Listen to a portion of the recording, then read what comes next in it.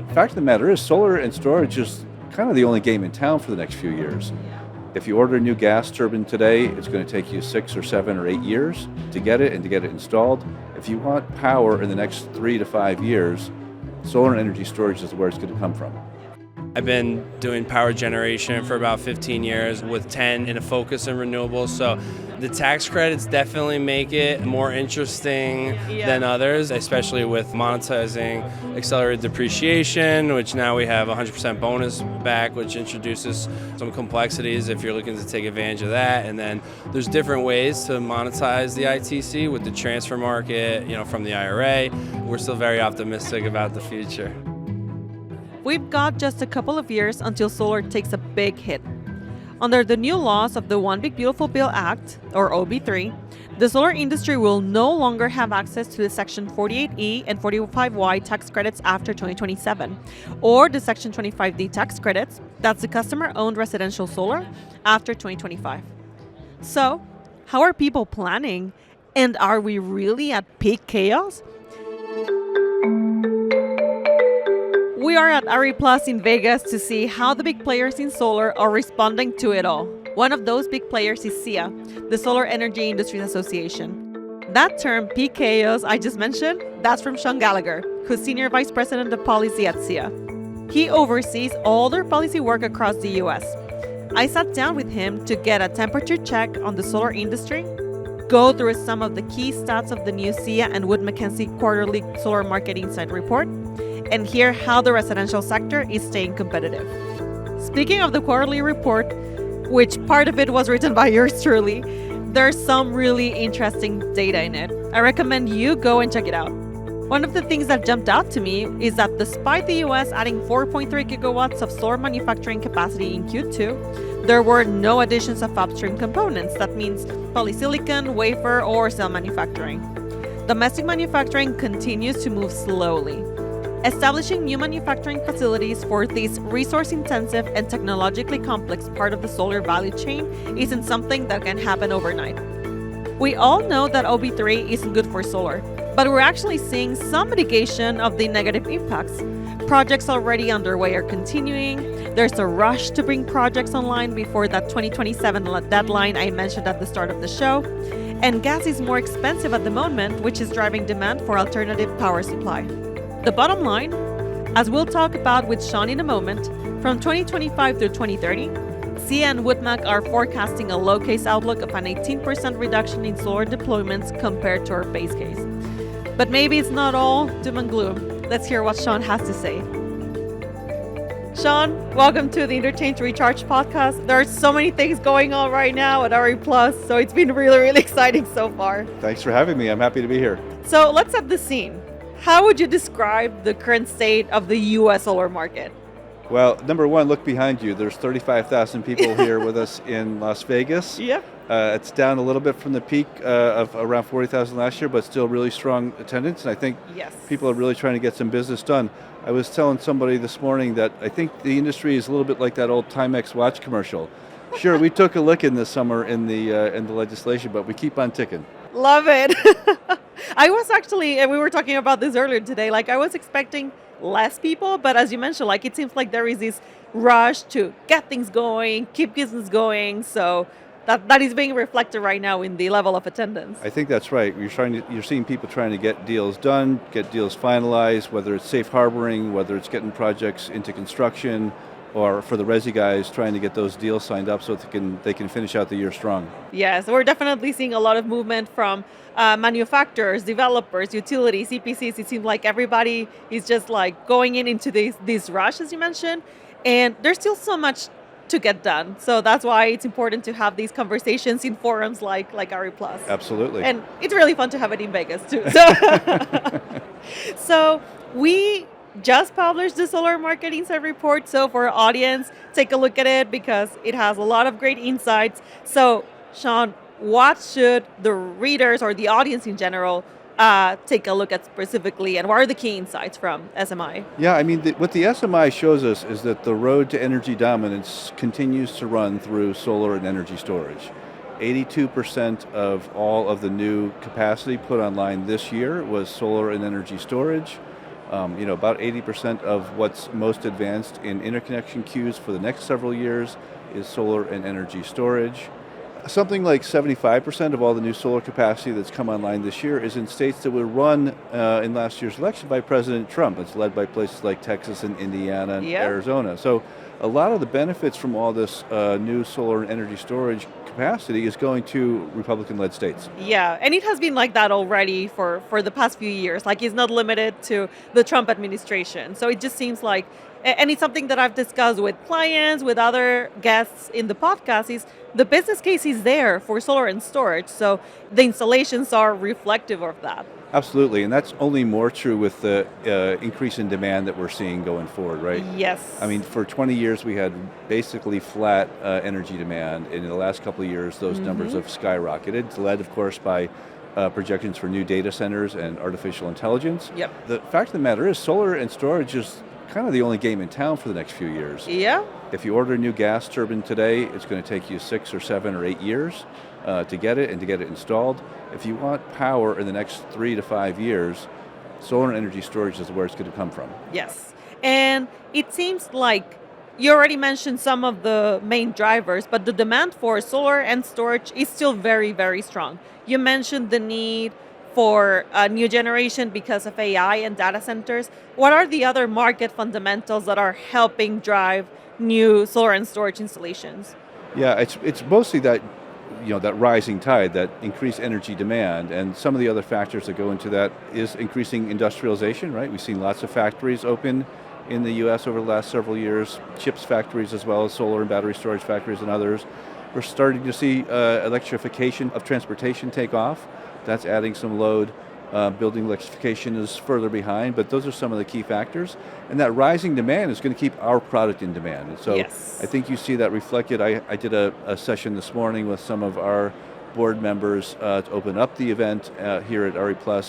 And a lot of them are telling us that their next couple of years, they're booked solid. The construction companies, the manufacturing companies, because they do have that rising demand, and the customers want the power and they want it today.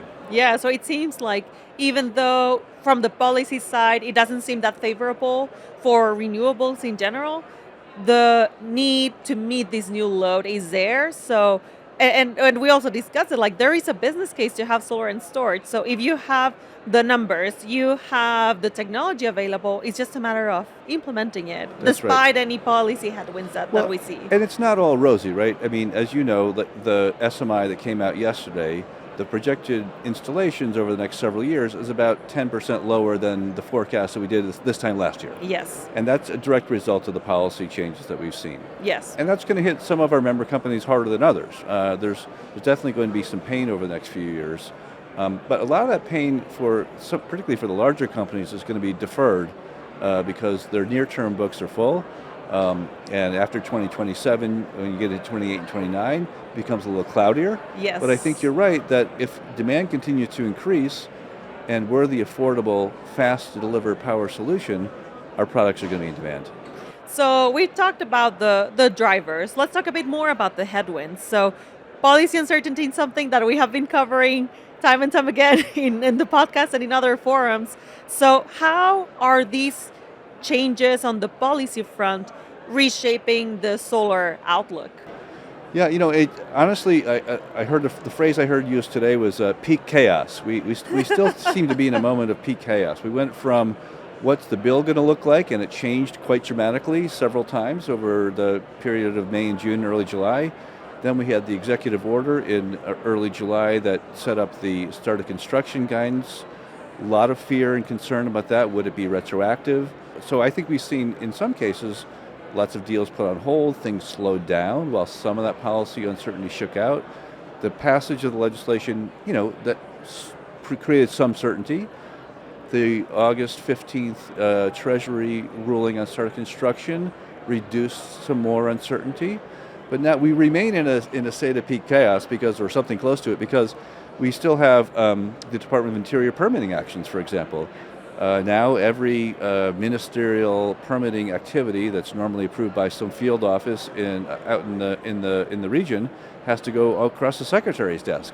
how big of an impact is that going to be? And it could impact not just projects on public land. That's something that we've discussed at the report, exactly. That's like right. That's a risk. That's a big risk. Anybody who's got it needs a stormwater permit or a biological opinion or anything else that touches the Department of the Interior may find their permits held up, and that may translate into delays in projects, cancellations of projects, lost, and also less power being put onto the system and higher energy prices. So I think one of the things the administration should be concerned about is that demand's going up, they're constricting supply. And that means power prices are going to rise, and that's on the White House, that's on the Secretary of Energy, and that's on the Secretary of the Interior. Yes, and we're already seeing that in higher PPA prices. So like more limited supply, and you add the higher demand, then it's natural that power prices are going to go up, and ultimately who's going to be paying for that? Consumers like you and me. That's exactly right. And is there a different behavior between developers, EPCs, and investors? Yeah, I think it varies, and it also varies within each of those classes, right? Yes, totally. Some of the big EPCs, they're going gangbusters right now. Yeah. Some of the investors are being much more wary. For example, the resi market kind of froze up for much of the spring as people waited to see what was going to happen. And that's, we've seen some negative impacts of that already.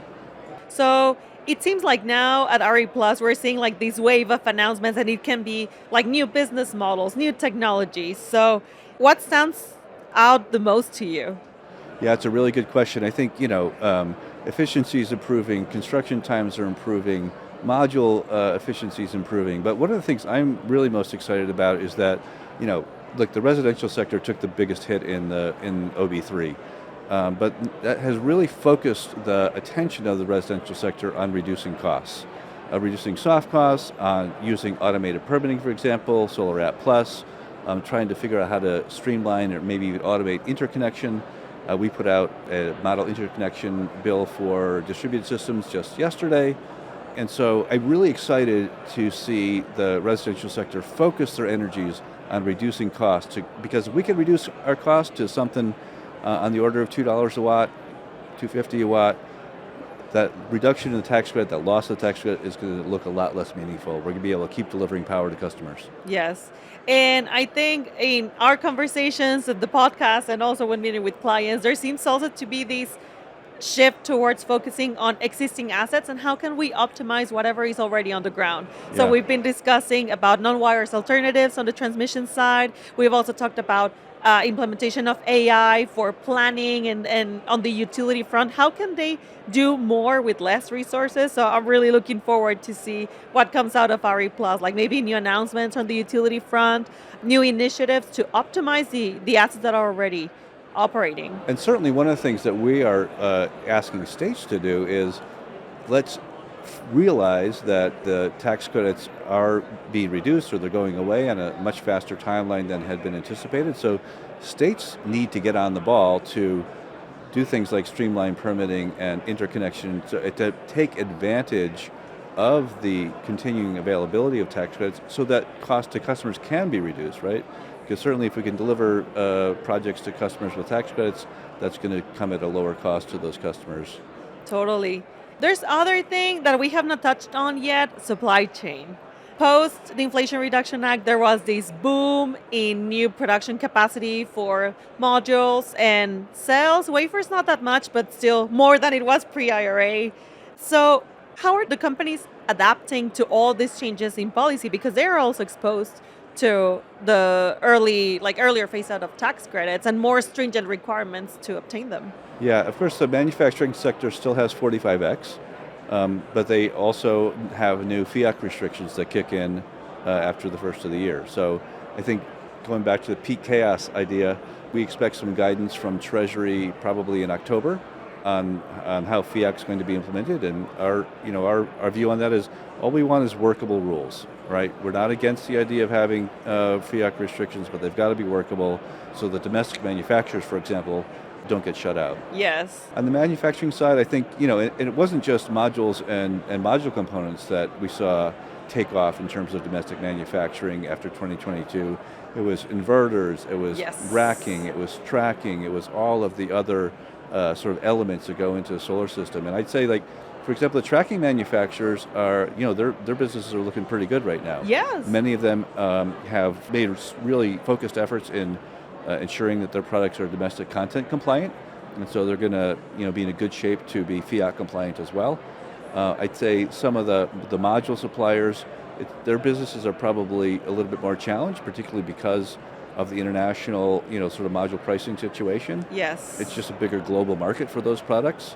Really, it depends on demand, right? It depends on what the market really ends up doing over the next few years. If we see demand contracting in a bigger way than we expect, that's going to be harder on the manufacturers. If we see the resilience of the industry, persist, and then the market sort of continue at a stronger rate, then I think manufacturers are going to be in better condition. Yeah, so I think there's things that are going to happen over the next few months. Like after the fiat guidance is out, that is going to redefine how many players are thinking about their business and their strategy within the US. And that can potentially change the supply chain landscape compared to how we're seeing it right now. So I think that's something that we all need to stay tuned. I mean, I think the good news there too is that because of the domestic content rules, there's been a lot more focus on supply chains over the last couple of years. People have done a lot of work in examining their supply chains and knowing more about what's in them and where they come from. And so now it's a case of ensuring that there's some flexibility in supply chains so that they can work with the rules as they're published. Totally. So Sean, what needs to happen over the next, let's say, 2-3 years? You mentioned like it becomes more blurry on the installation side by end of 2027, 2028.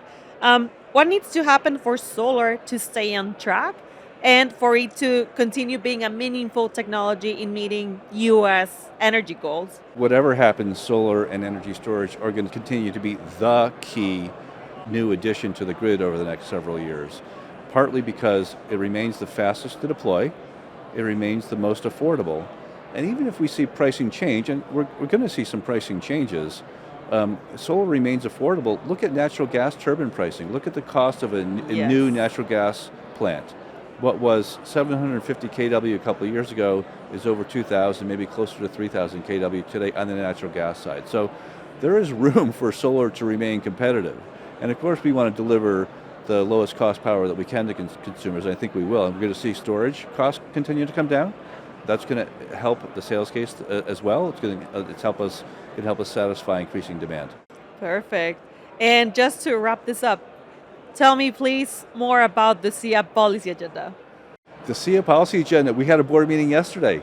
That was a big part of the discussion. We're in a new world now. What do the changes to the policy agenda look like? What should the policy agenda look like going forward? And I'll say it remains a work in progress, but some of the key things are, there's some pretty key themes emerging. One is the pivot to storage, right?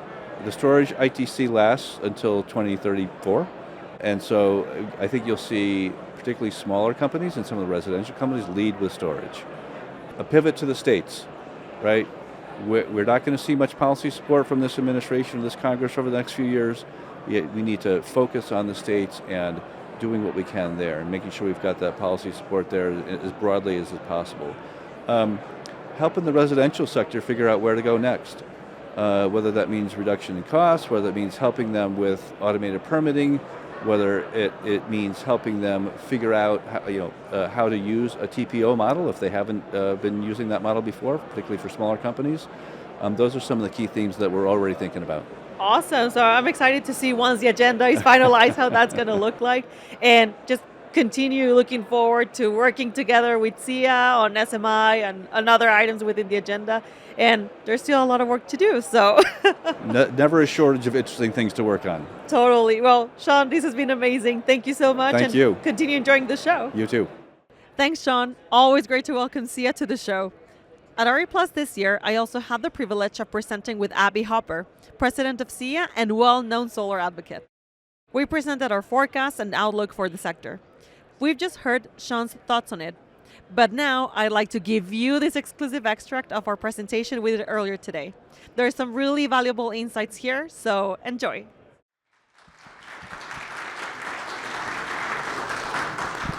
We're seeing in the market two completely opposing dynamics. On one end, imminent exponential load growth, and everyone is thinking how we're going to supply that. But then on the other end, we also have this mixed policy environment. We have heard time and time again policy uncertainty in the halls of this conference, when talking to clients, when talking to every single person in the energy industry. So I think what is going to be key is to take a look at what are the different dynamics that we're seeing in the market, and ultimately how much capacity can actually come online despite the challenging policy landscape. So in the case of solar, I would like to highlight two very different dynamics. On one end, we have already seen 18 gigawatts of new solar capacity coming online over the first half of 2025. 8 of those gigawatts were installed in Q2, which it seems like it's all amazing. Solar comprises about half or a bit more than half of total new generation that has come online in the US in 2025. It was a bit higher in 2024. So it seems like it's obvious from an industry perspective the role that solar is playing in the energy landscape and how it's going to continue evolving. When we think about the interconnection queues, half of the capacity that has received an interconnection agreement has been solar in 2024 and 2025. About 25% has been storage. So we're seeing interest in the market and also progress in terms of how much capacity is obtaining interconnection. So we should be expecting more installations in the future. But when we think about, or we take a closer look on the actual dynamics that are happening, the 8 gigawatts that I mentioned that were installed in Q2, it's actually a 24% decrease compared to last year. So there is still growth, there is still interest in the market, but it's undeniable that all the policy challenges are having an impact on total installations. New FEOC requirements to obtain the tax credits, the guidance from the Department of Treasury related to safe harboring and what defines start of construction, and we cannot miss the memorandum from the Department of Interior. All of these elements are causing a lot of uncertainty, and how we decided to handle that internally within Wood Mac is by creating scenarios. At this point, it's very difficult to think about a single base case. There are so many variables that can change, particularly on the implementation side of the Department of Interior's memorandum, and also on the potential guidance that is going to come out from Treasury. So that's why we decided to tackle it using a base case and a low case. Just going back to the installations on Q2, we have seen on the residential side, we continue seeing the impact of bankruptcies and high interest rates. On the community solar side, there is market saturation, particularly in New York, that has been traditionally a mature market. And for the utility scale segment, we're starting to see the impact of challenged project economics in traditionally very mature markets such as Texas. So these are some of the elements that we're taking into consideration for the near-term forecast and the total capacity that will come online over the next 5 years. So thinking about the forecast, we're expecting 246 gigawatts of new solar capacity coming online over the next 5 years. And considering more challenging outlook, we are expecting 202 gigawatts of new capacity in our low case. Depending on the segment, the conversation is going to be very, very different. For residential, we are seeing a direct impact of the early or extremely early phase out of Section 25D. So this is going to imply a 13% contraction of the market in 2026. And also, we are also expecting a higher share of third-party owned assets because they're still going to be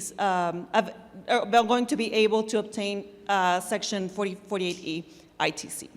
So this is a market dynamic that we're still exploring. When talking to people here at the conference, it's like installers are thinking about new ways to sell more products, particularly with this change towards CPO, but still it's going to be challenging for the residential segment to continue the growth that we were seeing during the Inflation Reduction Act era. For the non-residential segment, we have, again, two different stories. For commercial, the project economics are there, but we're expecting more of a stagnant flow of projects, not necessarily an increase in installations. And in community solar, there are several factors that are driving a decrease in total installations. I mentioned the market saturation in New York. We're also seeing a delay in the transition periods of states that already have community solar projects but are going to be entering like new program schemes, such as Massachusetts and New Jersey. And there is also a delay in new programs that were expected to come relatively soon, like in Delaware and New Mexico. But again, this is highly subject on changes on state policy, so we're still expecting some growth there, but it's delayed compared to what we were originally forecasting. There is optimism, as Abby mentioned, throughout the conference, but we need to be conscious about the different dynamics that are in place right now in the US that could continue to hinder development on the generation side, but also on manufacturing. So that's the outlook for solar. But it wouldn't be an RE Plus event or an episode of the Interchange Recharged podcast without a check on the state of clean energy finance. Joining me now is Steve Munson. Steve has 14 years of experience providing valuation and other advisory services to leading energy companies in the US and globally. He leads the energy, infrastructure, and machinery and equipment valuation practice at Cohn Resnick. Steve, welcome to the Interchange Recharge podcast. I'm so excited that you're here with me. Thank you, Sylvia. I'm happy to be here. Thanks for having me. So we're practically wrapping up RE Plus. I think most of the action was yesterday. So I'm really interested to see from your perspective, like you've been working on valuations and advisory for more than a decade. And now more than ever, there seems to be a lot of uncertainty in the market. So what trends are you seeing? And how are investors and developers thinking about the future of energy? Great question. Yeah, it's definitely a more uncertain time than ever in the industry with headwinds in the administration and the tariffs making their way through the supply chain. There's a lot of questions related to safe harboring of equipment, what rules they have to follow in order to meet that compliance. There's also a lot of questions around the FIOC restrictions of foreign entities of concern. And navigating is just a higher capex environment and higher return requirements, due to the increased risks, is something that a lot of our clients are navigating on a daily basis these days. And is that uncertainty like stopping investors from participating in renewable financing, or how are you seeing like the actual activity from the investor side? I would say most folks are pushing forward, especially with near-term projects that have a little more certainty than the pipeline out 2 or 3 years.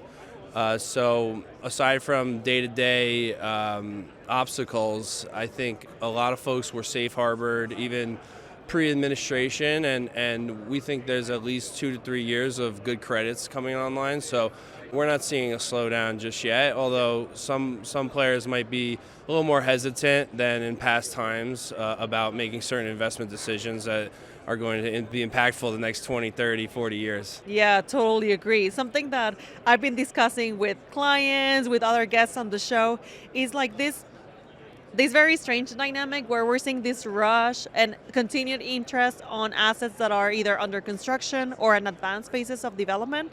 But it seems that we're hitting the brakes on the earlier stage projects because they are more subject to the uncertainty that we've been talking about, what's going to happen with FIOC, Treasury guidance. So I think like we're going to learn more about it over the next few months. But I don't know, it was just like an interesting trend to highlight. Yeah, I think sponsors and investors are definitely taking a deeper dive into the longer term platform projects. Because think about it, if you don't get a solar or wind development project online by mid next year, or safe harbor by mid next year, you're looking at a 30% at least slash in the value, right? So what does that do to pipeline valuations? It's gonna reduce them, and then increased uncertainty is going to drive up equity return requirements and hurdle rates, which is also going to drive down valuations on the platform and the pipelines. So it's going to be interesting to see how the market reacts over the next couple of months and years. Totally. Like a conference like RE Plus is all about scale and innovation. And I think at this point, still some optimism. I'm pleasantly surprised at the optimism on the floor. But from your perspective, like what are the factors that are influencing clean energy projects the most in terms of the valuation and how they are adapting to this rapidly changing market? We're seeing a lot of attention given to procurement, safe harboring, getting near-term projects online as soon as they can, and getting the credit, the tax credit that's still available for solar and wind. If we have a longer runway for storage products like batteries, hydro, geothermal. So those are going to keep going business as usual. But for solar projects that are near term, near NTP, near construction, you're going to see a lot of work done around getting those online, getting those safe harbored, getting those, maybe avoiding the FIAC restrictions that kick in at the end of the year and early next year, and navigating those, the domestic content adder as well is something that's on a lot of people's minds. So figuring that out, yeah. How are you seeing the appetite? Like, I have heard from developers two very different approaches. So one is they still go full force on going domestic. They are going to make sure that their supply chains are completely FIAC compliant. And then on the other hand, we have developers, I'm going to source not the cheapest equipment, but relatively lower cost, even though there are other risks associated with that. But again, it seems like projects, when they are not FIAC compliant or they are using imported components, they can be 20-25% less expensive compared to a project that is FIAC compliant or sourced in the US. So how are you seeing investors reacting to that? How are they evaluating that risk associated? Even though the capex itself is going to be lower, there is more risk associated with this other strategy. I think really what it comes down to is a comparison of the economics under both scenarios, really a comparison of net present value.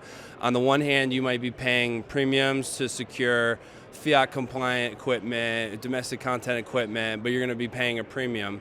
And we've seen the available supply of equipment in the States kind of cleared out. The inventories are reduced to get ahead of tariffs, to secure domestic content compliant equipment.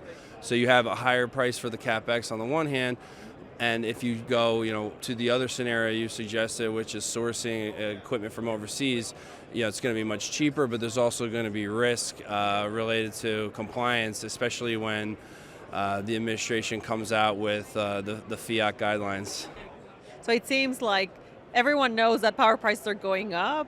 I guess it becomes a matter of partly the risk appetite, but also how deep are the pockets of the off-takers, right? So particularly now that there seems to be, I don't want to say a limited number of projects, but limited in the sense how many projects already have interconnection secured or are ready to start construction in the near term or already going under construction, So it's interesting to see all these different stakeholders interacting and rethinking about how they procure energy and the solutions that are out there for it.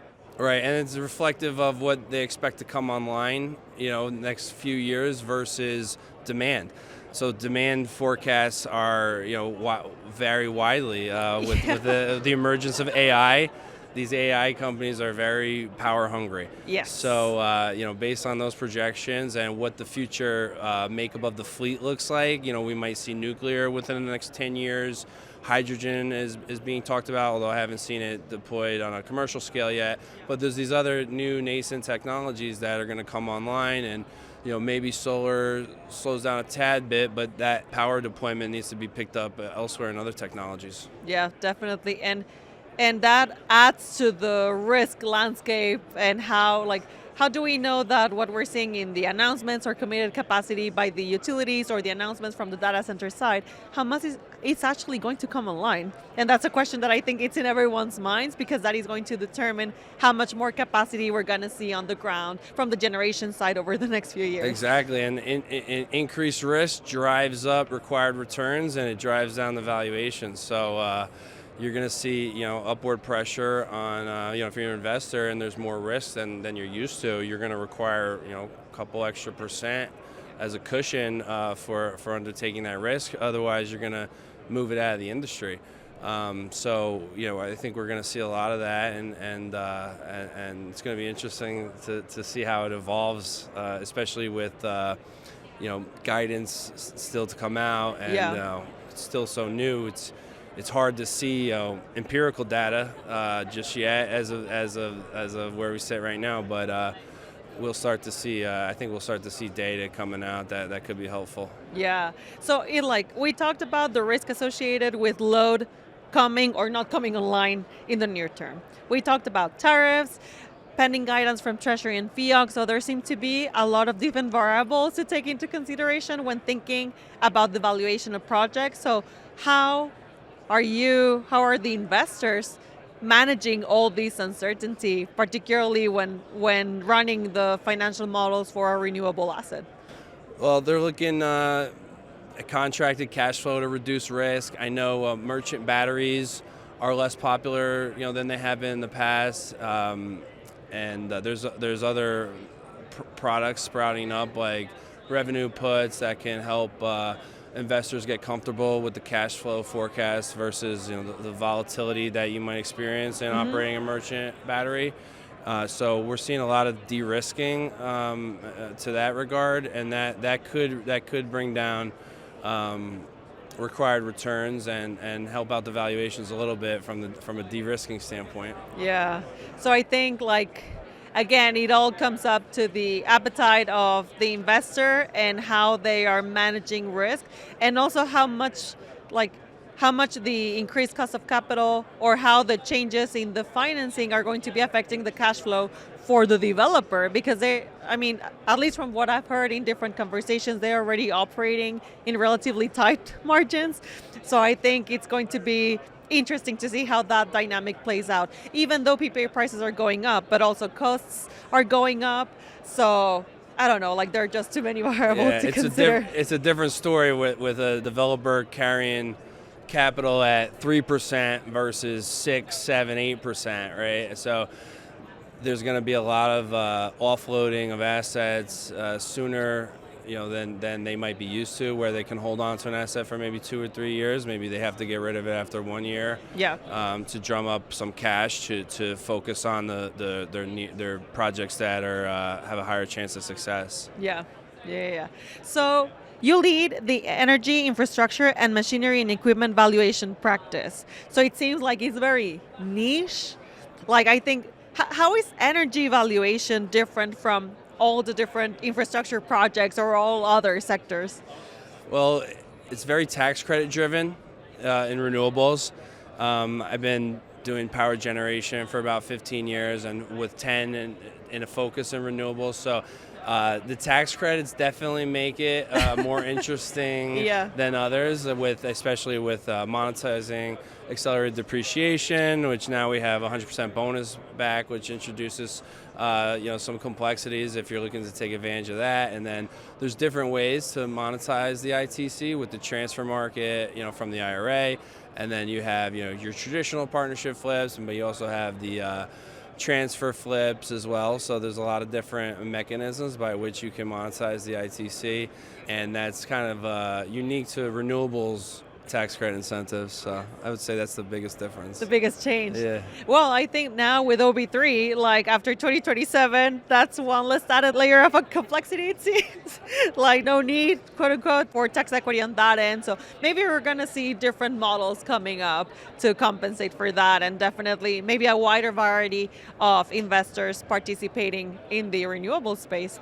I can definitely see that happening. I think tax credits, just the nuances of them in general, could be a turnoff to some types of investors, especially foreign investors.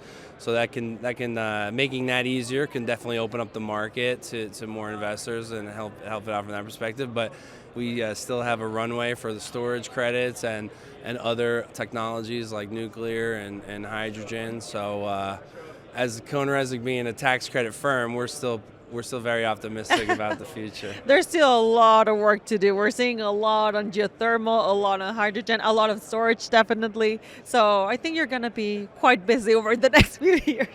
I hope 15 so. more than the ones that you already had. Well, just one more thing to wrap up.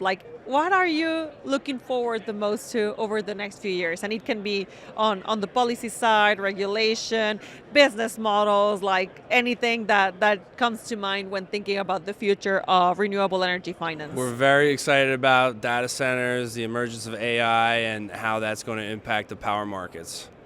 Awesome. Well, Steve, thank you so much for joining me. This has been really, really insightful. And I guess with this, we wrap up our coverage for RE+. Thank you so mumuch for joining me. Thank you for having me, Sylvia. Thank you. Thank you for tuning in, and thank you to every one of our guests that joined me today at RE+. Stay tuned for more content on the conference over the next few days. See you next time.